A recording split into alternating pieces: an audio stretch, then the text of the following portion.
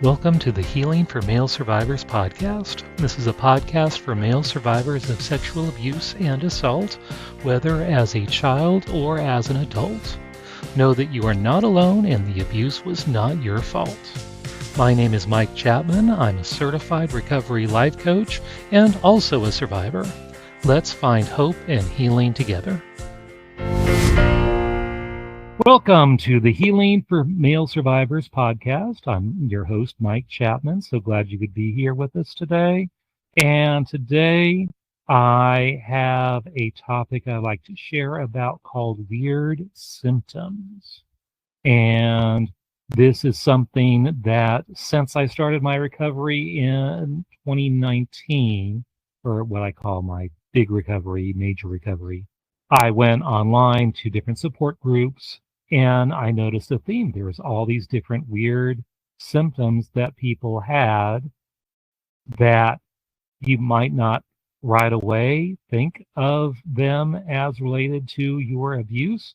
But if you think about it, it's like, oh, yeah, that makes sense. So I've been collecting those and online. I know I have a bunch of them myself. And after posting this in different places, I've had all kinds of different comments, people adding their own weird symptoms that they have decided to blame on the CSA, on the abuse. And a lot of it's very normal to have these weird things going on. A lot of these, more than one people have some of these things. Not everyone has all of them. So let me go through them. And trigger warning. I normally don't do a verbal trigger warning, but yeah, we might get a little bit gross. I don't know. We're going to be talking bluntly about abuse and the sensations thereof that are causing the weird symptoms. So be warned. Probably more descriptive than some of our other episodes have been. So I wanted to give this verbal warning in addition to the warning in the show notes.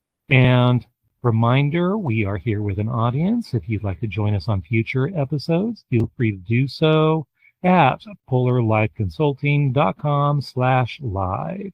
And for those who are here, if you'd like to add your own comments or the weird symptoms that you are experiencing yourself, feel free to put those in the Q&A section. And again, be as anonymous as you would like. We will only read your name on the air if you add it along with your question or comment. So to get started, yeah, these are the different symptoms that are caused or somehow related to the childhood sexual abuse I experienced. And they could even be called PTSD symptoms as well. First, raw tomatoes, especially cherry tomatoes, little small ones, somehow that explosion sensation in my mouth. It's just, to not be vulgar, but basically what happened with the oral abuse, with that explosion, that mouthfeel, very repulsive. And something about cantaloupe as well. I don't know, it's something about the smell and the texture. Other melons I like. Watermelon's good. I like honeydew. And honeydew is very similar in size and texture to cantaloupe, but something about the smell and texture, major turnoff, don't know why, but cantaloupe. Fear of drowning and fear of water going up my nose. I freak out whenever this happens. If I have plans on being in the water for a long time and I'm concerned about getting triggered, then I do wear nose plugs and that helps a lot. But especially, it was much worse as a child. I was taken to swimming lessons when I was 5, and the instructor put my head in the water to get used to it, and I really didn't want to, and I said I didn't want to, but she kind of forced my head under the water just to get used to it. But I freaked and I went running out, and I told my mom, no, I'm not going back. I just broke down into tears. Huge response of being triggered, and told mom, no, I'm not coming back to swimming lessons. As much as I love playing in the pool, was not going to do swimming lessons if she was going to shove my head under the water like that. And yeah, that always stood out. And now I understand why. That I think anything going up my nose probably brings me back to some of that abuse when it was very difficult to breathe and stuff would get up my nose. Next, I like a messy bedroom, but a clean house. So I think for my bedroom, it was almost like an early warning system for any late night intruders. So as a boy, I think I had Legos and that kind of thing. And yeah, that is safety for me. I obviously it didn't work well. Obviously, my father, my main abuser, worked around it. But yeah, I still something about having that floor clutter. It feels safer to me. Much better now. Of course, I have a dog who sleeps in my room most of the time, so I think he keeps me safe now, so I'm not as triggered as much. But a relatively new symptom is severe skin allergies that if I rub up against something, especially a box, especially a dusty box, that I'll just break out in really severe hives. Only happened since about 2017, about 2 years before I started the mega healing journey. And though I was seeing a therapist at that time too, starting to deal with stuff. And it hasn't gone away. I've got prescription medicine that helps the skin allergies now. Different kinds of medicine, actually. I think 3 medications at last count that I get that helps. But yeah, that's something that I have for sure. Yeah, this may sound gross, but when I vomit, if I have the flu or whatever, when I vomit, it's like I was purging 1,000 demons out from the depths of my soul. It literally sounds like something out of a horror movie. And this has been true ever since I was little. And I know I was given a lot of alcohol as a sedative, and I think it might be from that. Plus, I mean, any kind of stuff that lingered in my mouth or my throat or whatever from the abuse, wanting to get all of that out. I'm sure it's related. So once that vomit reflex is stimulated, then yeah, it's that same thing. Next is I have excessive drinking of beverage, whether water, iced tea, whatever, to calm anxiety. I noticed when I dissociate, it helps me to stay focused, to stay present. So I dissociate less. Though I know, yeah, I would get sedated with beer and other alcohol, I'm assuming wine, to sedate me so I wouldn't remember the abuse. But then I don't know, oral sensation, whatever. But yes, whenever I'm anxious, drinking something helps. And if I'm somewhere and I'm very anxious at a restaurant, I will go through glass after glass after glass. And a lot of social situations in the past were a lot more anxiety ridden than they are now. And I remember 20, 25, 30 years ago, I would go through cup after cup after cup. And it's like, just leave a water pitcher for me, because they would be working hard trying to keep my glass filled. Seems to be less now, though. Anyway, moving on.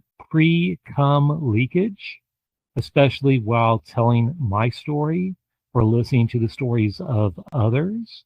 It's called activating your Cowper's gland, Cowpers gland, and apparently that's common.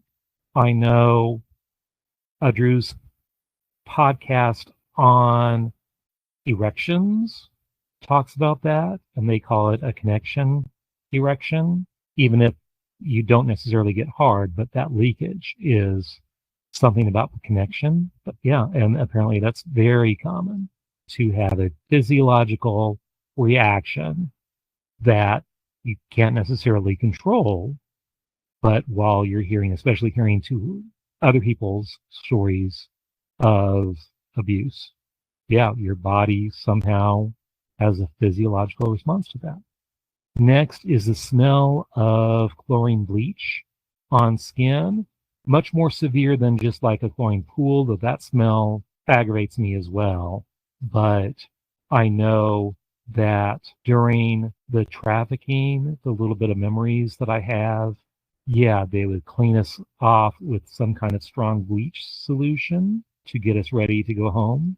So that's and then that smell that stays on your hand, that smell of bleach, that's hard to get off. Yeah, that just stays with you. Worked in restaurants for a while when I was younger.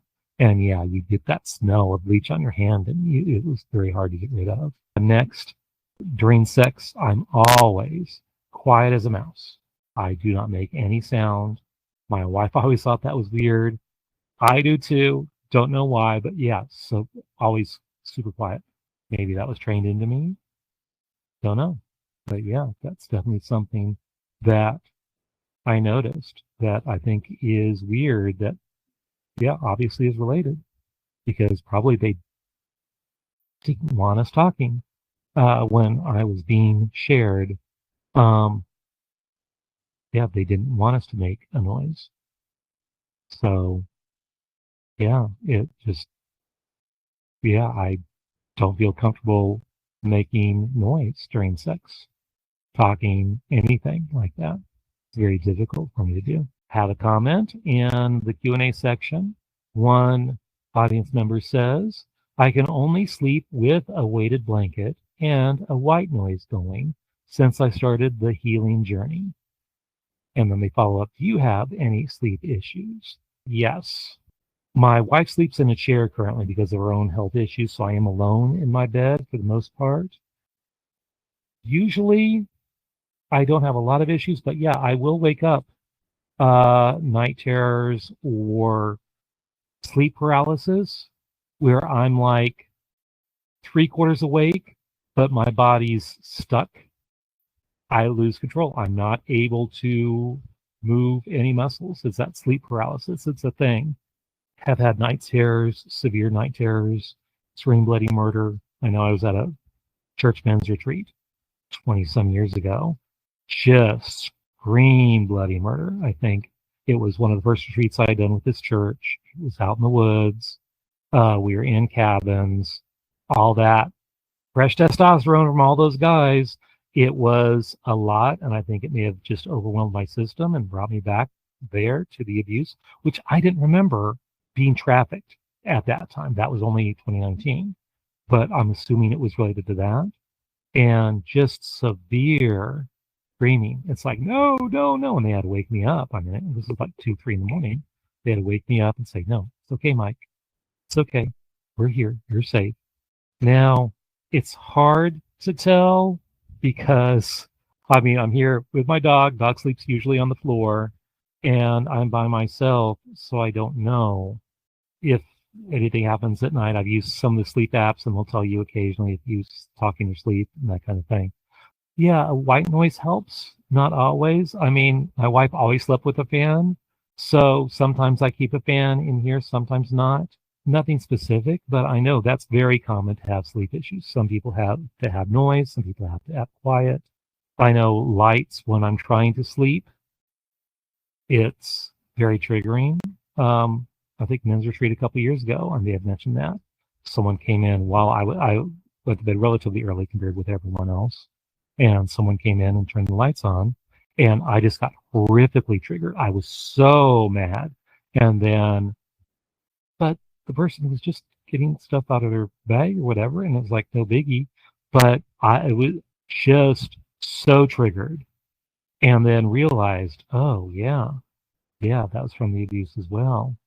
That trying to sleep and not able to because all this stuff going on. That yeah, it was hard to sleep. So, do I currently have sleep issues? Jury's out. Yes, because I do sleep alone with my dog. I know he has bad dreams. I have bad dreams sometimes. Less now that I've gone through so much healing I know at night, sometimes that's when I would get my severe PTSD flashbacks. Not even bad dreams, full on flashbacks, either as I was going to sleep or sometimes wake up in the middle of the night. Just severe, as if I was experiencing the trafficking abuses. Those have, for the most part, gone away, thankfully, at least the major ones. There you go. Great question and great comment. Thank you so much. Let me go back to my list. This is a big one. It freaks me out to have hair in my face for obvious reasons. Oral sex, the body hair that would be around my face. So when we would sleep in the same bed, snuggling, spooning with my wife, yeah, I would always have to tilt my head back to keep, because she had a lot of hair, to keep her head out of my face, or her hair out of my face. Now I've got all this facial hair as well, which doesn't bother me. However, I had to have a colonoscopy done, and it was fine. I've had them before, but the nurse or tech or whatever was trying to put the nasal cannula in my nose and working around my mustache, did a crappy job because he kept tickling and moving all the hairs, which horribly, horribly, horribly triggering. Just that little movement around my mustache area. And it's like, I wish I had the wherewithal to say, no, please hand it to me and let me do it myself. But I couldn't. I was already activated. And I think after that, that's when I started to have the notes to my providers saying, hey, I have PTSD. We got to work through stuff. These are how you work with me. I was so, by something so small, and I didn't think I would get triggered by that, but yeah, something about all of that facial hair movement, I was gone. And then when I'm triggered, I become compliant. That's my go-to. So it's like, do whatever you need to do, just hurry up so I can get over it. And I will not, it's like, okay, yeah, I'm fine, just get on with it, even though I'm not fine. But I'm compliant, and that's why now when I see medical providers, I have a nice little document saying, yes, when I get triggered, I'm compliant. Asking me if I'm okay will get a response saying yes when the answer is actually no. So instead, we have a system of communication, of checking in that's not, are you okay, with a yes or no answer. It requires me to give something a little more in depth for them to know that I am indeed okay. And that's been helpful when it's been utilized.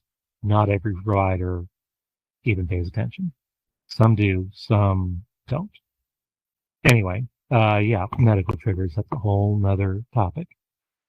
Anyway, my cats have learned early on, we only have one right now, but we've had several over the years.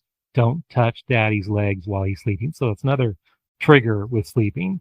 And they learn if I'm dead asleep and they're on, they touch my legs, my leg will fling them across the room, and I'll wake up in the middle of the night and hear, going, wait, what happened? Wait, was the cat touching my leg? Did I just kick the cat across the room? Okay, well, and the cat knows pretty soon. Don't touch daddy's legs when he's sleeping. Not a good thing. Yeah, they don't. They stay away from me. They'll be on my bed, but they know, stay away from daddy's legs. Yeah, it's funny. While I'm driving, large semi trucks, 18-wheelers, I know they're called different things across the country, but very big, huge trucks.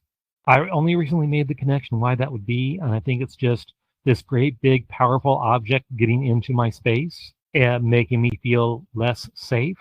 Horribly triggering. When I first learned to drive, I would pass a truck and I would like veer over into the shoulder. And the driving teacher's like, no, we stay on the road. It's like, no, they're pretty big. I want to stay away from them. It's like, no, you're safe. And I'm okay. They still bother me. I don't like getting near them, and I'll pass them as soon as possible. I mean, I can drive, I can function, but I don't like them because they're big, and I mean, they can do damage. Yeah, now I get it more. Most recently, if you saw my spring story challenge earlier this year, cacophony of male voices, and that's from being trafficked. And I've got a full, it's called Husband Material Retreat 2024 is what I named it. It's part of the Spring Story Challenge. from this past spring. And I talked about how that was a huge trigger for me when we went out for dinner. It was a restaurant. We were up against a wall. All those voices just triggered me severely that evening. Anyway, I won't go into it in depth there, so I will not do that here.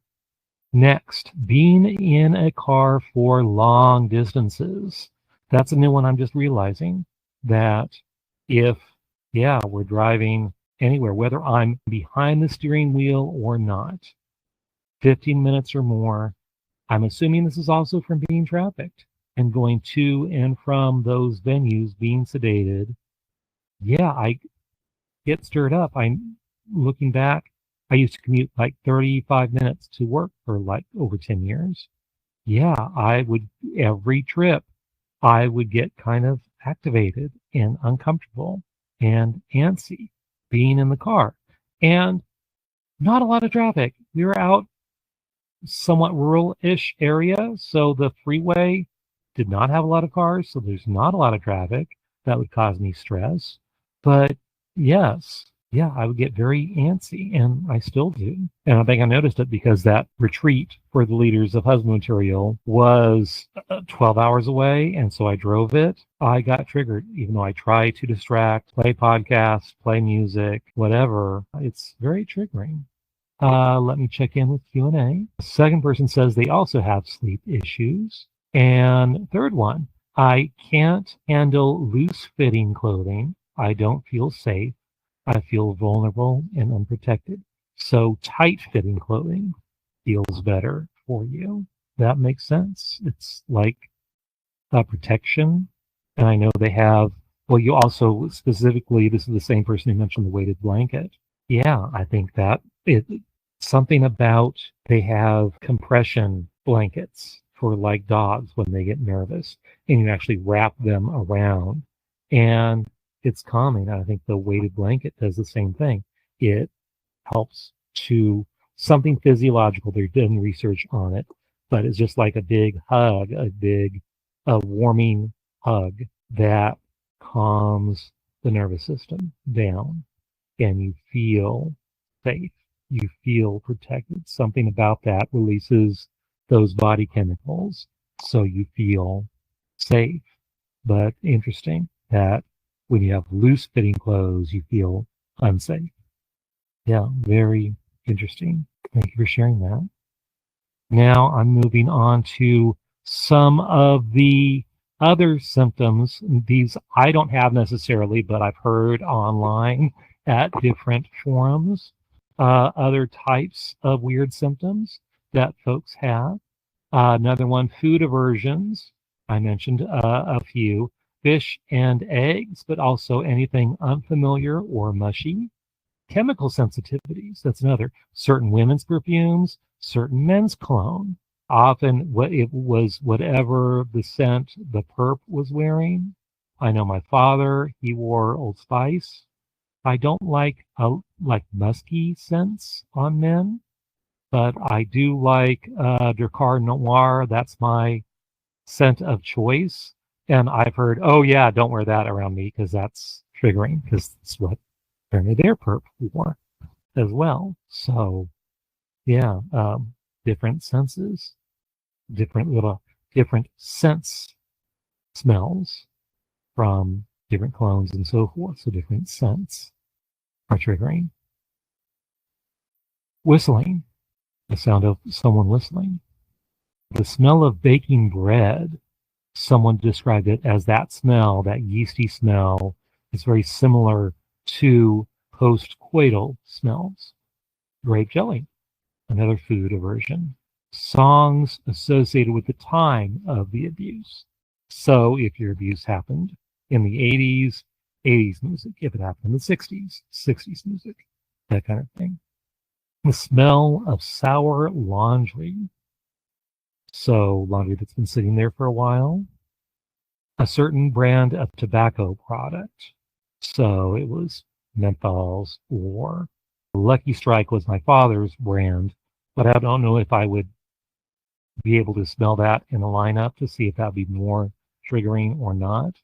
But cigarette smell in general is a little bit triggering because my father was a heavy smoker. Vaseline. The sounds of sirens. I know my wife, horrible trigger anytime she hears sirens, and she has different traumas and medical traumas in her past. But yeah, those trigger her, I know. Sounds of sirens or any loud noise can be triggering. Let me check in with Q&A. Another one says, musty mildew basements are my number one worst trigger. So yeah, that musty, mildy smell, that makes sense. Sounds like that's where a lot of the abuse would have happened. And that does make sense. That, yeah, they're done in hidden, dark places away from others. And a lot of those places would be musty and mildewy. And so, yeah, that makes sense that that smell would be triggering for sure. Let's see what others we have. Certain types of bedding associated with the abuse. So if it was linen or if it was cotton, or if it was down that was used, any of that. The sound of keys dangling. I remember what movie E.T. we had the character keys, he had the dangling keys, and that seemed to be a theme of that movie is the guy with the keys. And yeah, I could see if that's associated with abuse, that would be bothersome for sure. Sudden loud noises. That's something I have to get used to here in our new home. We're near a Marine base, and they do lots of munitions testing. So we hear boom, boom, almost like thunder in the distance. And getting used to it now. It's taking time. But yeah, any of those loud noises. But I think a lot of people get triggered by that as well. Booze breath, the smell of alcohol on someone's breath. Yeah, that makes a lot of sense. Another person having my face covered. Yeah, yeah, I think that's similar to the hair on the face for me, but yes. Another person said the smell of roses because they had a rose scented perfume of their perp, which also makes sense. Next, the sound of water being poured into a container. That sound. Interesting. Another one, I would become angry when I was sick. Yeah, it's good to notice those things. What triggers you? And why would you become angry when you get sick? But yeah, it might be related to your story. Another one, eating whole bananas or any other phallic type foods that, yeah, it could for sure bring back memories of abuse, especially if you were abused with oral sex like I was. So anything like that, that makes sense. Not an issue for me. I don't know, maybe it's the opposite. I kind of enjoy those kind of foods. um, yeah, I remember my favorite was the king size Snickers bar before they broke it into two pieces. It was like one big long Snickers bar. It was wonderful. Yeah, it's now two pieces now. I don't know what's with that, but yeah. But I could see why that would be triggering.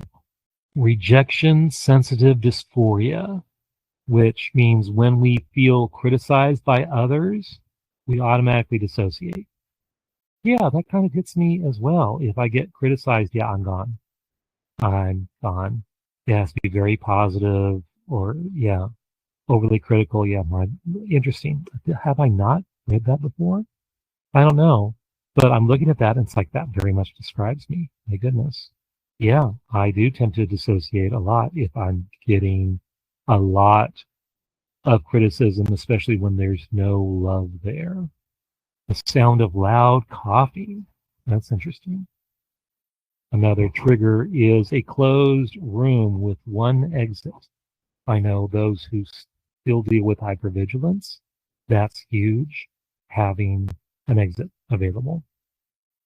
But the hypervigilance makes you want to make sure that you have exits, that you're near exits, that you have an escape plan, that you're not in a room with too many people. But yes, a closed room with one exit only.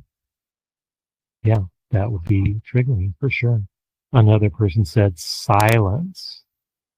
Yes, if something's extremely quiet, that makes perfect sense. That would be triggering. Next is fruit that have certain skin-like fabric on it. So, and they mentioned peaches, which has that peach fuzziness on the skin, and oranges have, yeah, uh, it almost feels like a skin texture on an orange. That makes sense. Another one, anybody trying to put anything in my mouth, like if my wife invites me to taste something and by putting a fork near my face, that freaks me out, that person said. And yeah, that makes sense. And then also, someone says a particular ethnic food always made me nauseous. And now I'm thinking that smelling these foods would be around the same area as the abuse. So he connects the smell of that ethnic food to that location where he was abused. Another person says neckties and seat belts, all those things that touch your neck can be triggering. And says, yeah, I'm pretty sure somebody had to hold me down by my neck while being abused. That makes sense. I know, yeah, I don't like a lot of things. I hate super tight neckties. I want them a little loose. But I know for seat belts, we actually have, there's a little Velcro seat belt cover thing you can buy. They have them on Amazon, and they just Velcro on, and they slide up and down, and you can put it right where your neck is if it's like rubbing it against your neck. And that's helpful. My mom had those with just about every car she owned. And yeah, now I'm used to them as well. They're very handy. Another person says musty dampness. And another thing, that same person says sausages when they're being cooked on a barbecue and they curl up. Something about that movement and possibly the shape also triggering. And yes, sausages are quite phallic, so that makes sense. Another person says when you're in a public restroom and you have the soap dispenser and the liquid soap squirts out, that's very visually triggering, and that makes very much sense for sure. Another person says baby oil and the feel and the smell is bothersome. And also don't like sitting with my back to a door in a room with one exit. So yes, rooms with one exit. Another one, staring at me can give me the creeps also. One said, yeah, my wife made me an egg salad sandwich and I tried to eat, but completely gagged at it. And something about egg whites specifically. Scrambled eggs are good if they have cheese, but something about eating those cooked egg whites might be a consistency thing that this person is very repulsed by. That made the connection to his own CSA. Yeah, physical touch, especially in the mid-range, kind of like mid-chest all the way down to the knees, anything in that area, even if it's not necessarily sexual, but yeah, anything, any being touched in that area can be horribly triggering. That makes a lot of sense, for sure. It's also hard to navigate sex when you have all of these triggers from the abuse. It's hard because, yes, your partner may not know what may trigger you, and you yourself may not know what might be triggering. So trying to communicate that with your partner can be kind of a minefield. So yeah, that's very difficult to navigate. Another one, the smell of antifreeze leaking through the heating system of the vehicle. So yeah, that burnt smell of antifreeze. I have smelled that before, but this person finds it very triggering. The smell of leaves and wet earth in the woods sounds like woods were triggering. I know personally, I feel safer in the city or in a town, or at least with houses nearby. We're kind of out in the country where we live now, but we have tons of neighbors. We have, yeah, it's house after house after house in our particular area. But if I'm way out in the woods, or it's like one house and a lot of farmland or whatever, yeah, I do not feel safe. I feel much safer in the city.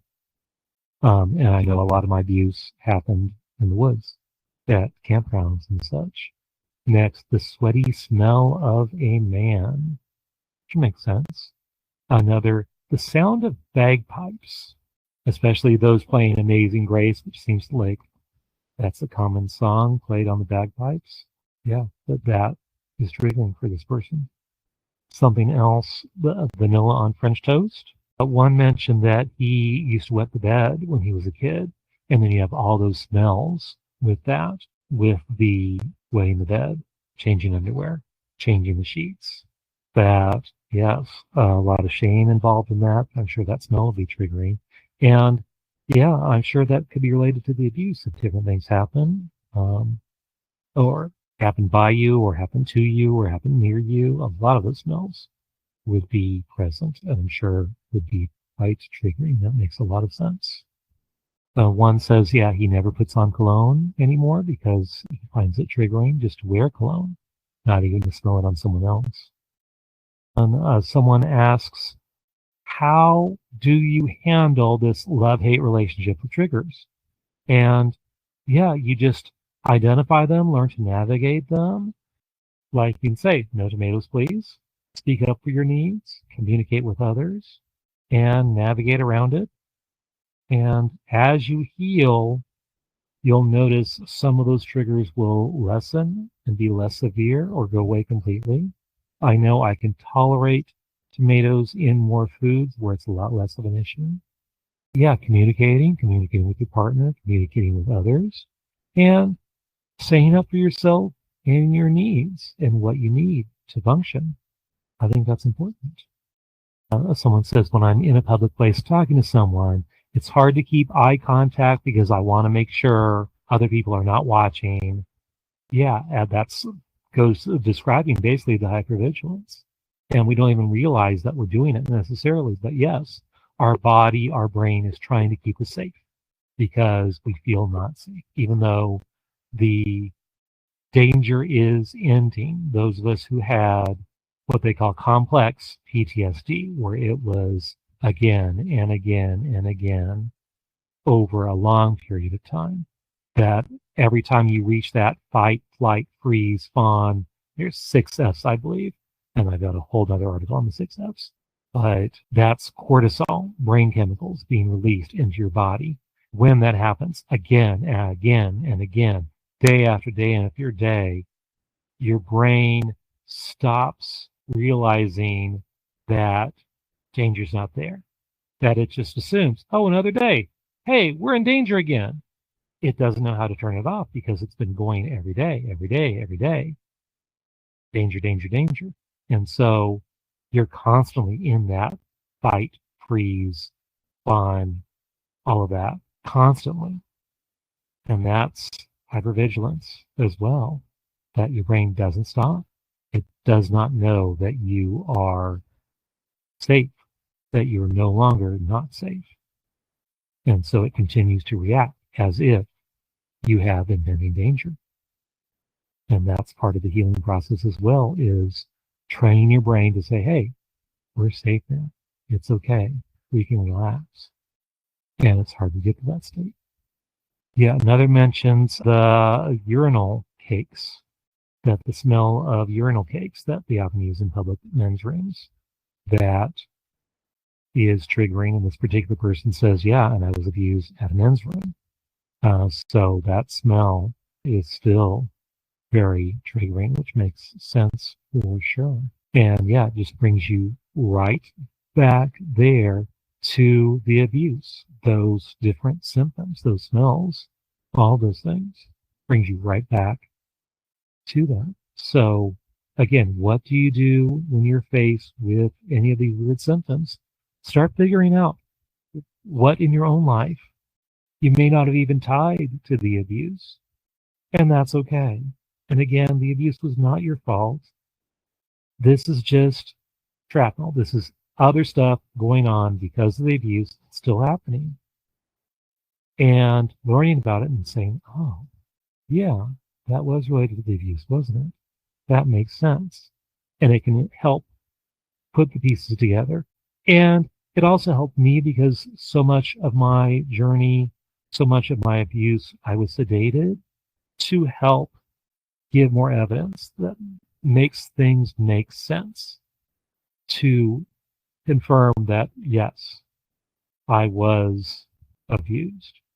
And those things did indeed happen, even though I was sedated, that I still have such strong reactions to these different things. So find out what things do trigger you.